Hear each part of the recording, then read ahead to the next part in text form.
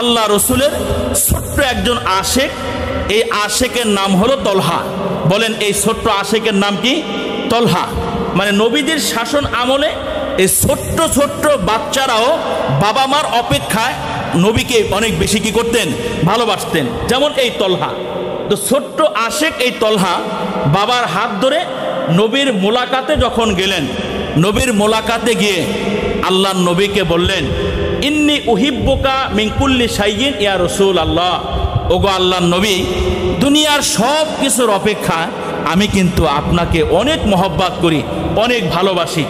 আল্লাহ রসুল বললেন, তুমি যে সব কিছুর অপেক্ষায় আমাকে অনেক বেশি ভালোবাসো, এই ব্যাপারে কোনো প্রমাণ দিতে পারবা? ছোট্ট আশেক তলহা আল্লাহ নবীকে বললেন, মুরনি বিমা আহবাবতা ফালা আসিলা কামরান।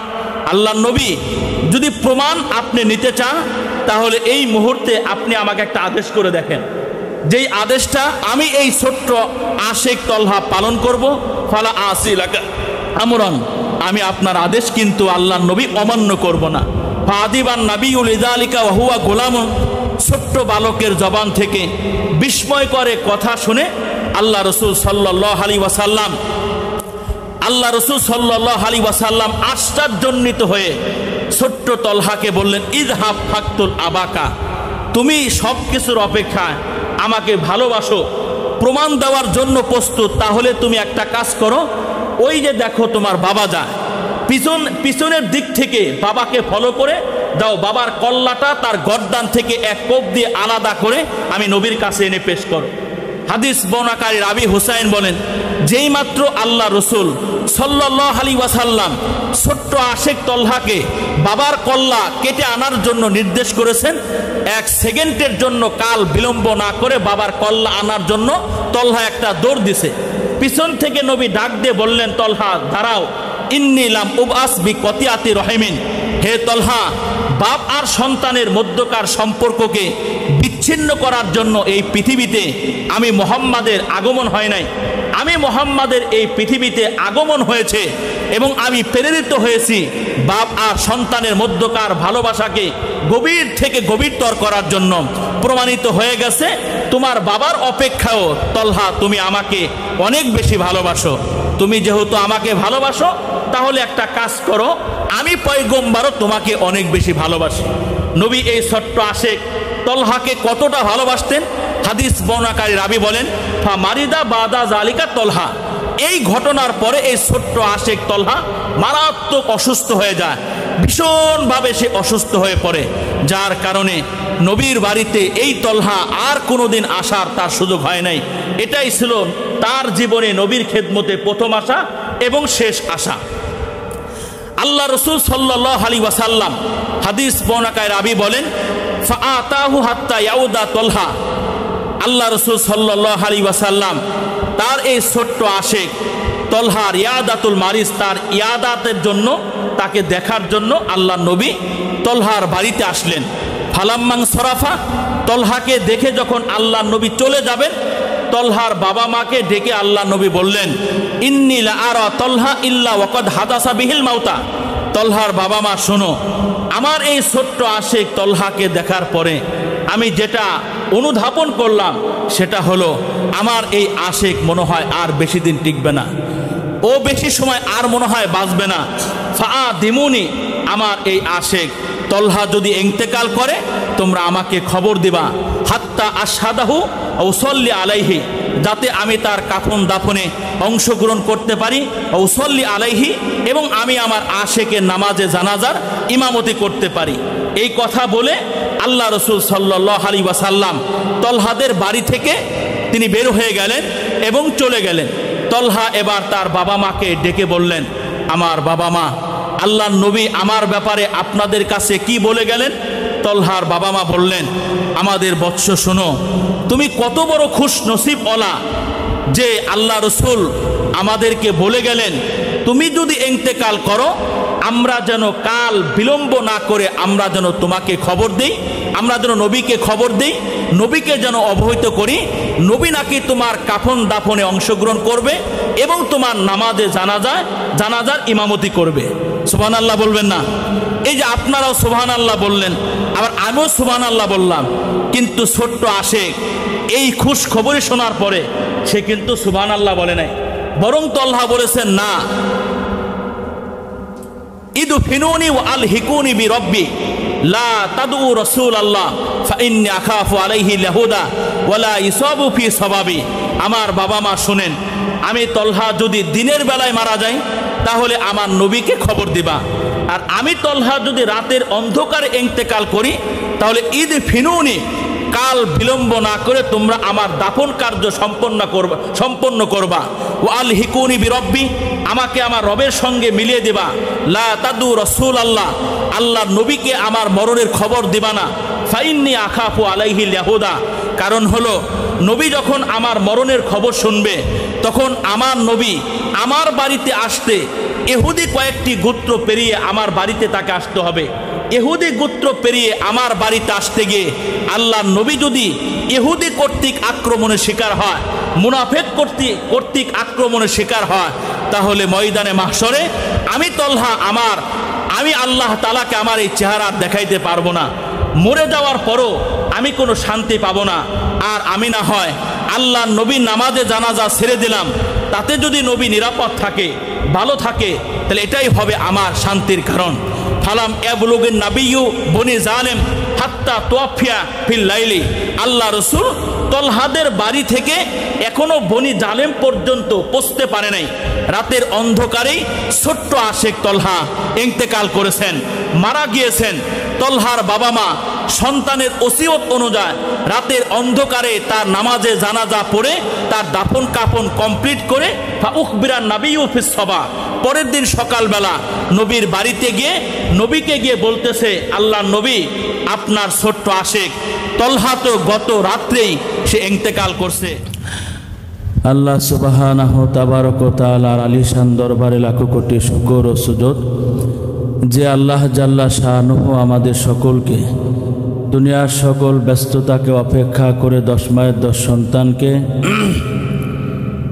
জান্নাতের এই উচ্চাঙ্গের বাগিচায় আসবার মতো, বসবার মতো, কোরআন এবং সুন্নাহ নিরিখে মুখতাসার আকারে আলোকপাত করা এবং শ্রবণ করার মতো মনোমানসিকতা যে আল্লাহ জাল্লা শানুহু আমাকে এবং আপনাকে দান করলেন, সেই আল্লাহ তাআলার আলিশান দরবারে অনুনয় বিনয় সহকারে কান্না বিজড়িত কণ্ঠে অন্তরে অন্তরস্থল থেকে জবান খুলে সমাজ সুরে যৌথ আওয়াজে আকাশ বাতাসকে মুখরিত এবং সৌরভিত করে হৃদয় উজাড় করি মানি বলিয়ান হয়ে কালিমাত শুকর আদায় করি আলহামদুলিল্লাহ।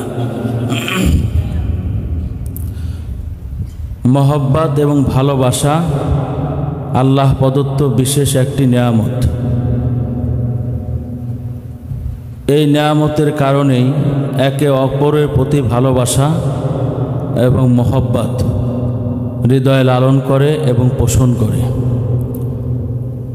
একজন ইমানদার হিসেবে সর্বোচ্চ ভালোবাসা এবং মহব্বত যে মহামানবের প্রতি আমরা পোষণ করব, তিনি হলো সরওয়ারে কায়নাত হাবিবে কিবরিয়া মুহাম্মদ আরবি জনাবে মুহাম্মদুর রাসূলুল্লাহ সাল্লাল্লাহু আলাইহি ওয়াসাল্লাম।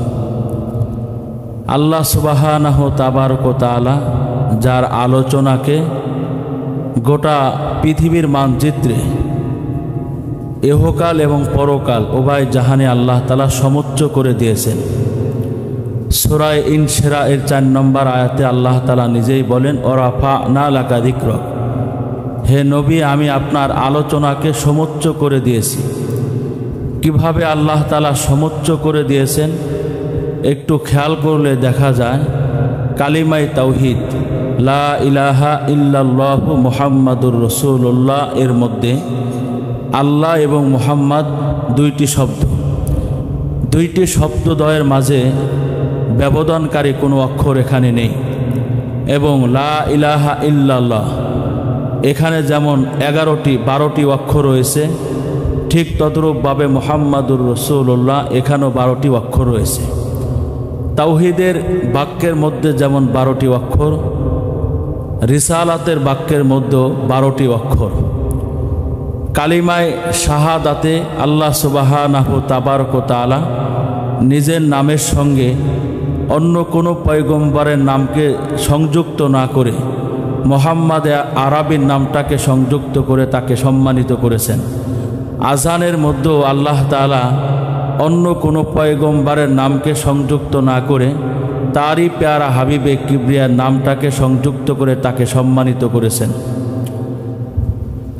নবীজির স্মরণ আল্লাহ তাআলার স্মরণের সঙ্গে, নবীজির প্রেমকে আল্লাহ তাআলার প্রেমের সঙ্গে, নবীজির উপরে দরুদ প্রেরণ করাকে নিজের উপরে দরুদ প্রেরণ করার সঙ্গে আল্লাহ তাআলা উপমা দিয়েছেন। আল্লাহ এবং ফেরেশতাগণ সদা সর্বদাই হুজুর আকরাম সাল্লাল্লাহু আলাইহি ওয়াসাল্লামের উপরে দরুদ শরীফ প্রেরণ করেন। এর চেয়ে বড় মর্যাদা আর সম্মান আর কিছুই হতে পারে না। দরুদ প্রেরণের বিষয়টি আউয়ালান আল্লাহ তাআলা নিজের দিকে নিয়েছেন, এরপরে আল্লাহ তাআলা মালায়েকা অর্থাৎ ফেরেশতাদের দিকে নিয়েছে, তারপরে আল্লাহ তাআলা কিয়ামত পর্যন্ত আনেওয়ালা তার হাবিবে কিবরিয়ার উম্মতদেরকে হুকুম করেছেন, তোমরাও আমার পেয়ারা হাবিবে কিবরিয়ার শানে বেশির থেকে বেশি দরুদ পাঠ করো। সূরা আহজাবের 56 নম্বর প্রসিদ্ধ আয়াতে আল্লাহ তাআলা বলেন, ইন্নাল্লাহা ওয়া মালাইকাতাহু ইউসাল্লুনা আলান নবী ইয়া আইয়ুহাল্লাযীনা আমানু সাল্লু আলাইহি ওয়া সাল্লিমু তাসলিমা। নিশ্চয় আল্লাহ তাআলা এবং তার ফেরেশতাগণ তার হাবিবে কিবরিয়ার উপরে দরুদ প্রেরণ করেন। সুতরাং হে আমার বান্দারা, ইমানদার বান্দারা, তোমরাও আমার হাবিবে কিবরিয়ার উপরে বেশির থেকে বেশি দরুদ পাঠ করো। বিভিন্ন জাতি এবং সম্প্রদায় যুগে যুগে তাদের নিজ নিজ নবীদের বিরুদ্ধে নানা ধরনের অহেতুক অভিযোগ দায়ের তারা করেছিলেন। এমনকি আখিরি পয়গম্বরের বিরুদ্ধেও কিছু হতবাগা অভিযোগের আঙ্গুল তারা উত্তোলন করেছিলেন। কিন্তু লক্ষণীয় বিষয় হলো, পূর্ববর্তী নবীদের বিরুদ্ধে আনিত অভিযোগের জবাব আল্লাহ তাআলা অন্য নবীদের জবান দিয়ে আল্লাহ তাআলা দিয়ে দিয়েছেন। যেমন সূরা আরাফের 67 নম্বর আয়াতে হুদ আলাইহিস সালামের বিরুদ্ধে আনিত অভিযোগের জবাব আল্লাহ তাআলা এইভাবে দিয়েছেন, ক্বালা ইয়া কওমি লাইসা বি সাফাহা। হুদ আলাইহিস সালাম তার কওমকে বললেন, হে আমার সম্প্রদায়, আমি কিন্তু বোকা এবং অজ্ঞ নয়। নূহ আলাইহিস সালামের বিরুদ্ধেও আনিত অভিযোগের জবাব আল্লাহ তাআলা সূরা আরাফের 61 নম্বর আয়াতের মধ্যে তুলে ধরেছেন, ইয়া কওমি লাইসা বি দলালা। নূহ আলাইহিস সালাম তার কওমকে বললেন, হে আমার সম্প্রদায়, তোমরা হয়তো আমাকে অনেকে গুমরা এবং পথভ্রষ্ট মনে করো, কিন্তু কান খাড়া করে তোমরা শুনে রাখো, আমি পয়গম্বর নূহ কিন্তু অজ্ঞ নয়, আমি গুমরা নয়, আমি পথভ্রষ্ট নয়। কিন্তু যখন শ্রেষ্ঠ পয়গম্বরকে কুফফারে মক্কা কিছু হতবাগা মাজনুন বলে আখ্যা দেওয়ার চেষ্টা করলেন, পাগল বলে আখ্যা দেওয়ার চেষ্টা করলেন, জাদুকার বলে আখ্যা দেওয়ার চেষ্টা করলেন, তখন স্বয়ং আল্লাহ তাআলা নিজেই তাদের জবাবে সূরা তাকবীরের 22 নম্বর আয়াতে আল্লাহ তাআলা বললেন, ওমা সাহিবুকুম বিমাজনুন। হে কুফফারে মক্কা, তোমরা শুনে রাখো, তোমাদের সঙ্গী মুহাম্মদ কিন্তু মাজনুন নয়, তিনি পাগল নন। সেই সাথে আল্লাহ তাআলা নবীকে আরও সান্ত্বনা দিয়ে সূরা কলামের 2 নম্বর আয়াতে বলেন, ওমা আংতা বিনিমাতি রব্বিকা বিমাজনুন। হে কুফফারে মক্কা, কান খাড়া করে শুনে রাখো, আমি আমার পয়গম্বরকে বলে দিচ্ছি, আপনি আপনার রবের অনুগ্রহে মাজনুন নন, আপনি পাগল নন, বরং যারা আপনাকে পাগল বলে ওরাই হলো পাগল। বরং আরও আল্লাহ তাআলা আরও বলেন, ওয়া ইন্নাকা লাআলা খুলুকিন আজিম। হে আমার পয়গম্বর, নিঃসন্দেহে আপনি মহান চরিত্রের অধিকারী। এতটুকু বলো আল্লাহ তাআলা ক্ষান্ত হন নাই। আল্লাহ তাআলা আরও বলেছেন সূরা কলামের 4 নম্বর আয়াতে, ও ইন্না লাকা লাআজরান গায়রা মামনুন। হে আমার পয়গম্বর, অবশ্যই আপনার জন্য রয়েছে অশেষ পুরস্কার। কোরআনে হাকিমে আল্লাহ তাআলা সকল আম্বিয়া কিরামদের কাছ থেকে অঙ্গীকার নেওয়ার কথা আল্লাহ তাআলা উল্লেখ করেছেন। যেখানে আল্লাহ তাআলা সর্বপ্রথম অন্য কোনো পয়গম্বরের নাম উল্লেখ না করে আমাদের নবীজির নাম উল্লেখ করে নবীজিকে আল্লাহ তাআলা সম্মানিত করেছেন।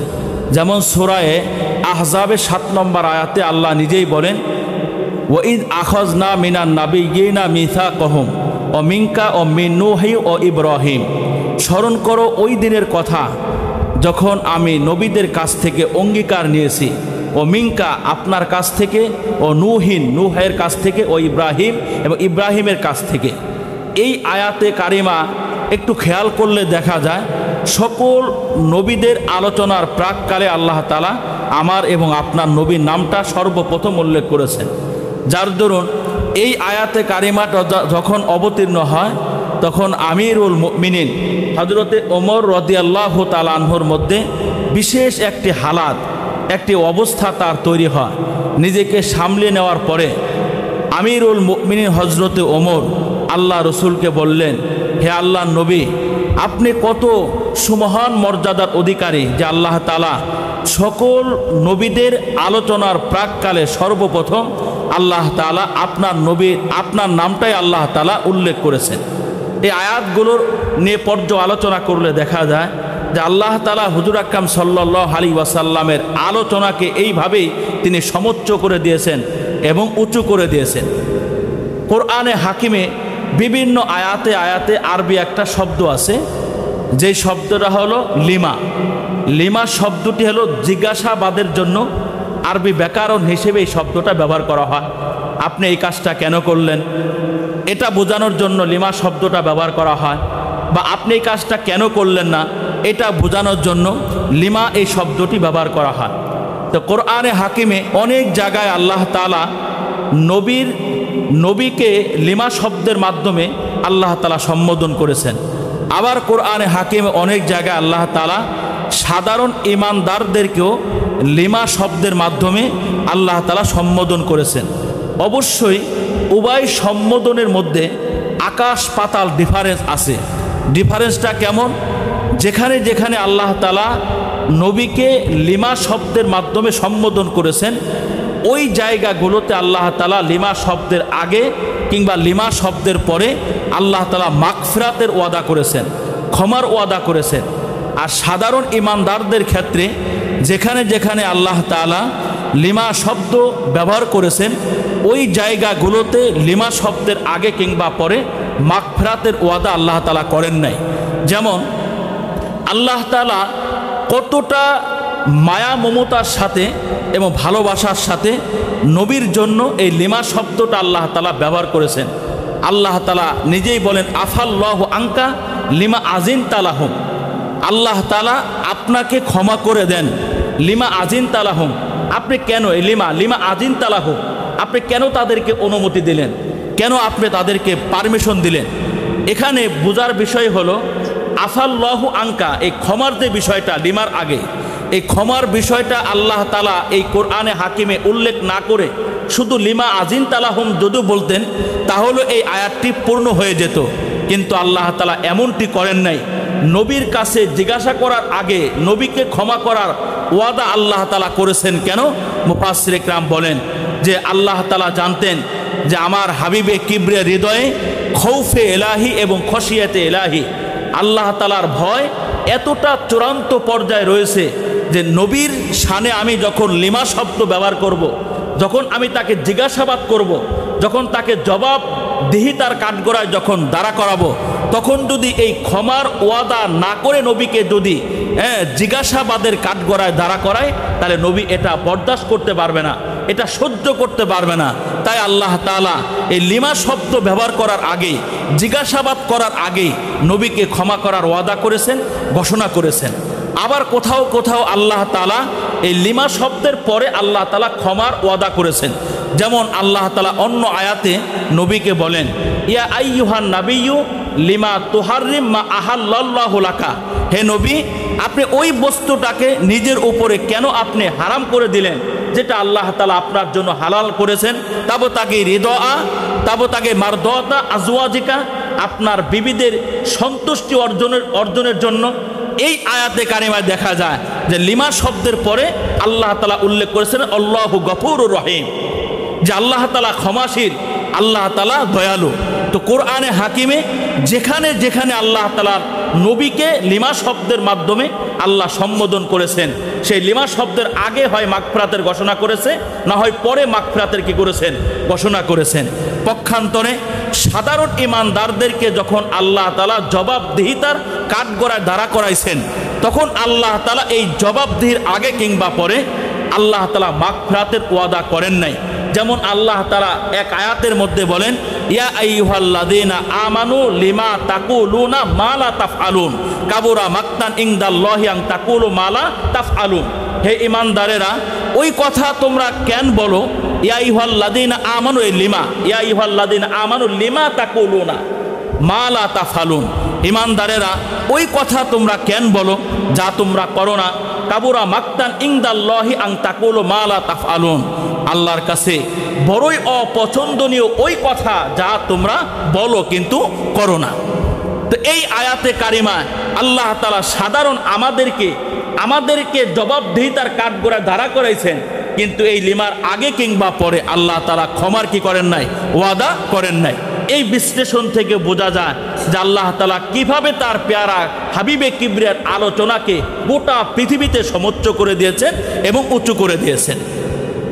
এখন প্রশ্ন হলো যে সর্বোচ্চ ভালোবাসা, সর্বপ্রথম যে কথাটা বললাম যে সর্বোচ্চ ভালোবাসা একজন ঈমানদার কার প্রতি হৃদয়ে পোষণ করবে? কোরআন এবং হাদিসের বক্তব্য হলো সর্বোচ্চ ভালোবাসা আল্লাহ রসুল সাল্লাল্লাহু আলাইহি ওয়াসাল্লামের প্রতি আমাদের হৃদয়ে পোষণ করতে হবে।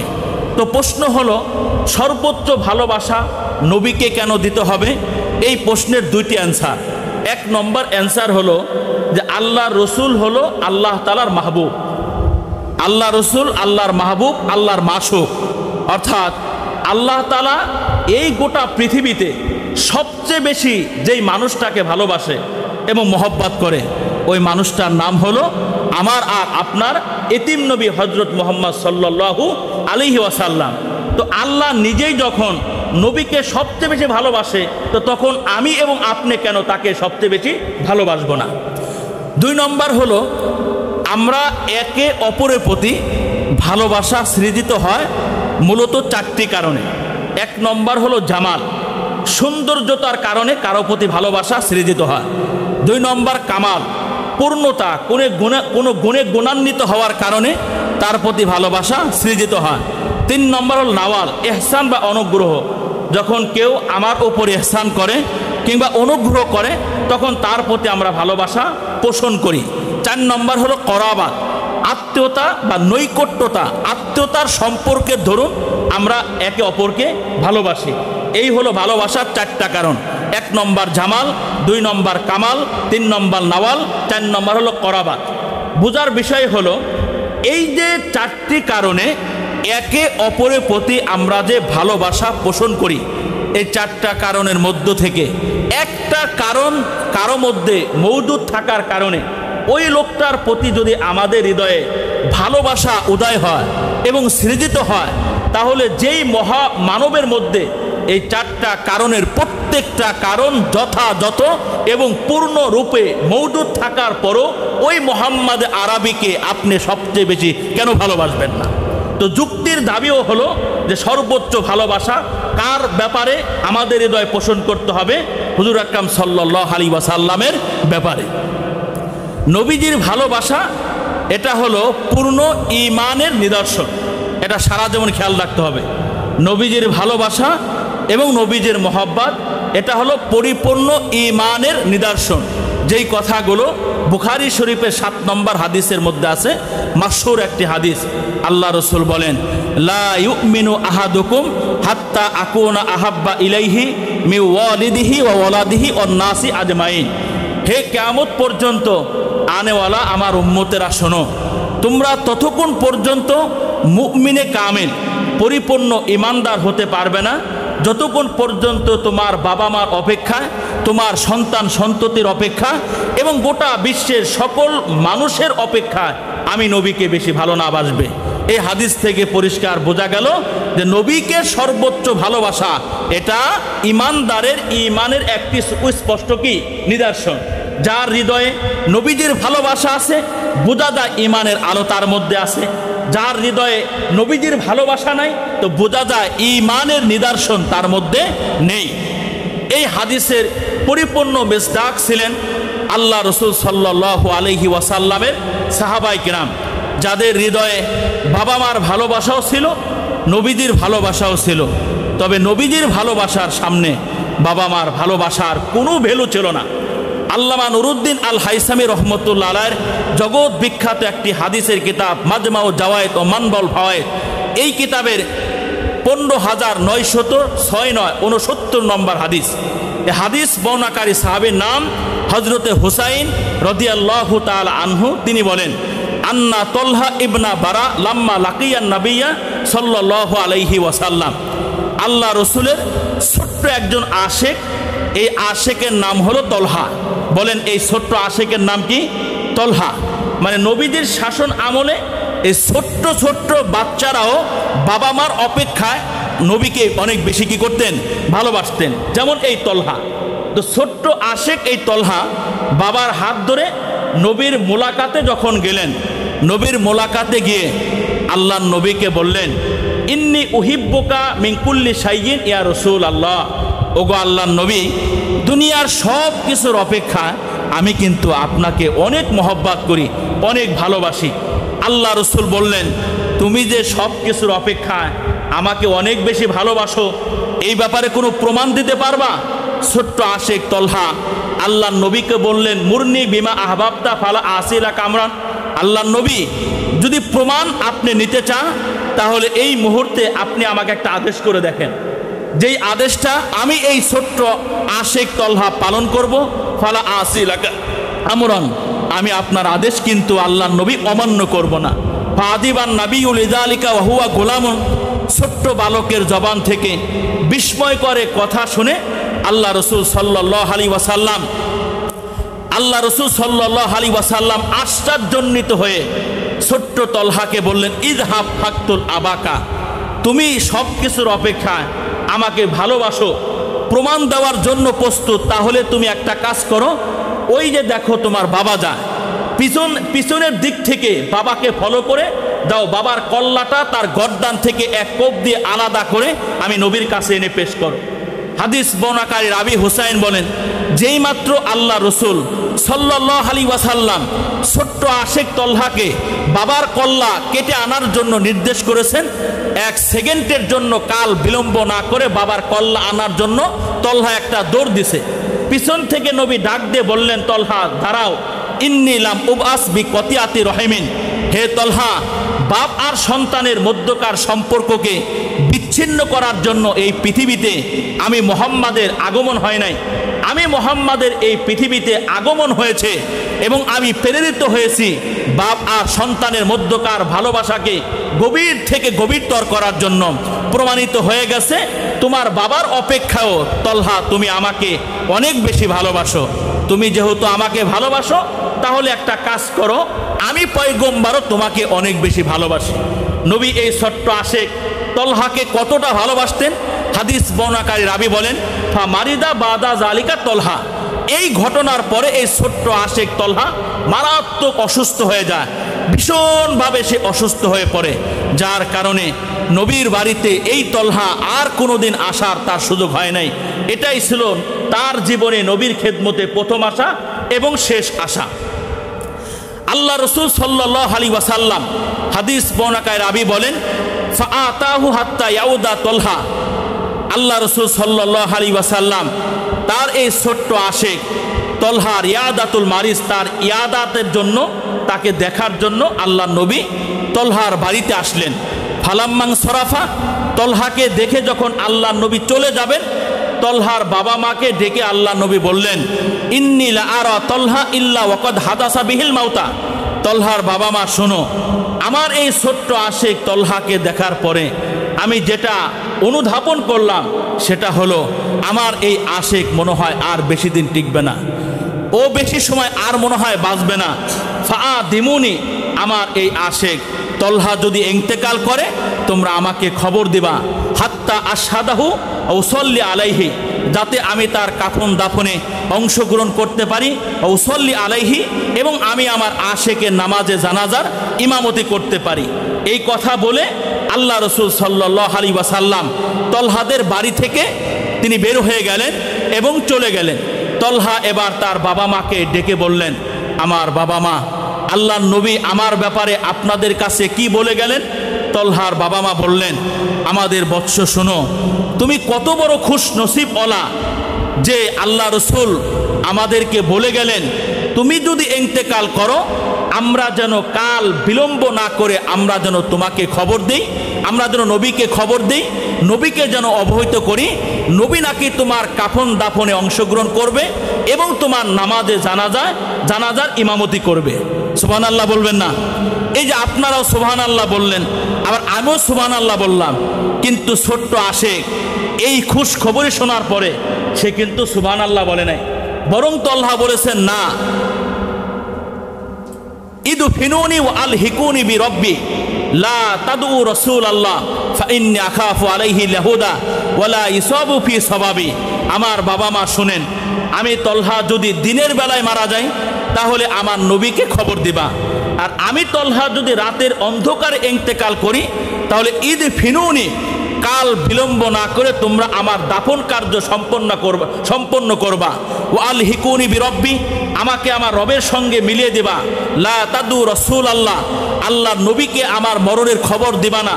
ফাইন্নী আখাফু আলাইহি লাহুদা, কারণ হলো নবী যখন আমার মরণের খবর শুনবে তখন আমার নবী আমার বাড়িতে আসতে ইহুদি কয়েকটি গোত্র পেরিয়ে আমার বাড়িতে তাকে আসতে হবে। ইহুদি গোত্র পেরিয়ে আমার বাড়িতে আসতে গিয়ে আল্লাহর নবী যদি ইহুদি কর্তৃক আক্রমণের শিকার হয়, মুনাফিক কর্তৃক আক্রমণের শিকার হয়, তাহলে ময়দানে মাহশরে আমি তলহা আমি আল্লাহ তাআলাকে আমার এই চেহারা দেখাইতে পারবো না। মরে যাওয়ার পরও আমি কোনো শান্তি পাবো না। আর আমি না হয় আল্লাহর নবীর নামাজে জানাজা ছেড়ে দিলাম, তাতে যদি নবী নিরাপদ থাকে, ভালো থাকে, তাহলে এটাই হবে আমার শান্তির কারণ। ফালাম ইয়াবলুগিন নাবিয়্যু বনি জালেম হাত্তা তুওয়াফিয়া ফিল লাইলি, আল্লাহ রসুল তলহাদের বাড়ি থেকে এখনো বনি জালেম পর্যন্ত পৌঁছতে পারে নাই। রাতের অন্ধকারেই ছোট্ট আশেক তলহা ইন্তেকাল করেছেন, মারা গিয়েছেন। তলহার বাবা মা সন্তানের ওসিয়ত অনুযায়ী রাতের অন্ধকারে তার নামাজে জানাজা পড়ে তার দাফন কাফন কমপ্লিট করে উখবিরান নাবিয়্যু ফিস সাবা, পরের দিন সকালবেলা নবীর বাড়িতে গিয়ে নবীকে গিয়ে বলতেছে, আল্লাহ নবী, আপনার ছোট্ট আশেক তলহা তো গত রাত্রেই সে ইন্তেকাল করছে, সে তো মারা গেছে। আল্লাহ নবী তলহার বাবা মাকে ডেকে বললেন, তলহার বাবা মা, তোমরা আমাকে কেন অবহিত করো নাই? তলহার বাবা মা বললেন যে, আল্লাহ নবী, আমাদের কলিজার টুকরা সন্তান বয়সে যদিও ছোট, কিন্তু সে সত্যিকারের আপনার একজন প্রকৃত আশেক। আপনার এই আশেক মারা যাওয়ার আগে তার অন্তিম মুহূর্তে আমাদেরকে ওসিয়ত করে গেলেন, আমার বাবা মা, যদি রাতের অন্ধকারে দিনের বেলায় যদি আমি মারা যাই তাহলে নবীকে খবর দেবা, আর রাতের অন্ধকারে আমি যদি ইন্তেকাল করি তাহলে নবীকে আমার মরণের খবর জানাবা না।